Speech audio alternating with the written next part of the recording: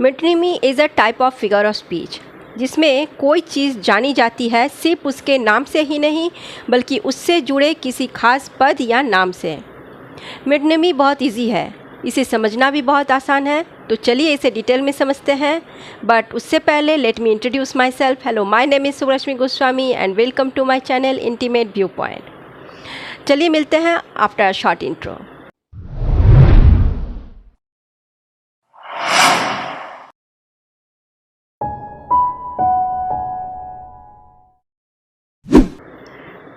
दूसरों को नसीहत देना आसान होता है और मज़ेदार भी, लेकिन उस पर अमल करना बहुत ही मुश्किल।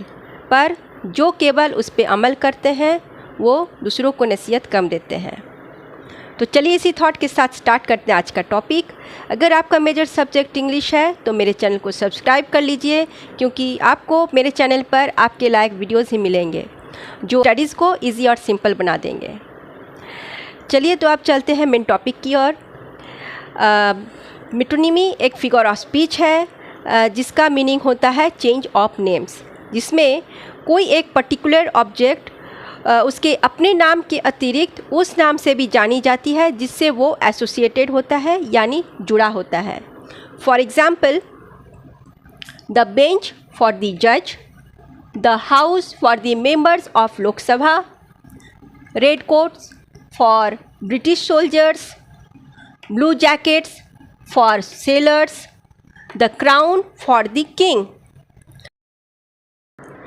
मेटोनिमी किसी ऑथर या राइटर या पोएट को एक एक्स्ट्रा ऑर्डिनरी मेथड प्रोवाइड करता है जिसके ज़रिए वे अपने एक्सप्रेशन को अलग अलग तरीक़ों से प्रोड्यूस करता है, जिससे रीडर्स के लिए एक इफ़ेक्ट पैदा होता है। अगर मान लीजिए किसी राइटर को किसी ब्रिटिश सोल्जर्स के लिए कुछ लिखना हो या एक्सप्रेस करना हो तो वे क्या करते हैं, ब्रिटिश सोल्जर शब्द के स्थान पर रेड कोट शब्द का भी यूज़ करते हैं।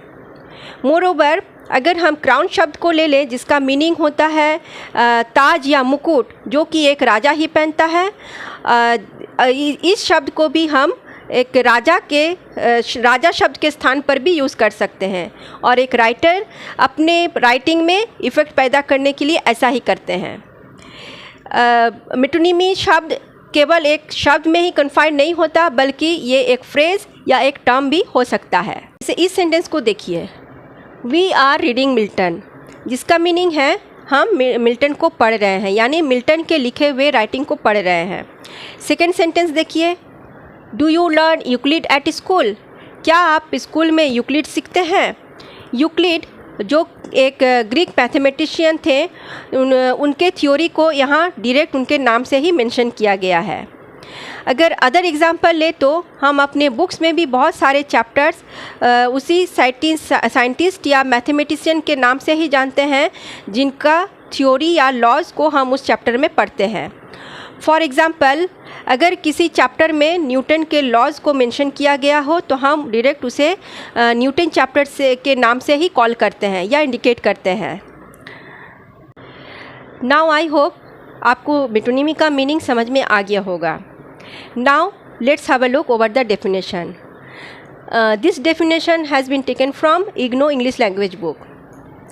In metonymy, an object is designated by the name of something which is generally associated with it। जिसका मीनिंग है मेटोनिमी में कोई एक ऑब्जेक्ट उस चीज़ से नामित किया जाता है जिस चीज़ के साथ उस ऑब्जेक्ट का स्ट्रॉन्ग कनेक्शन होता है। अब मुझे यकीन है आपको मेटोनिमी का मीनिंग और डेफिनेशन दोनों ही समझ में आ गया होगा।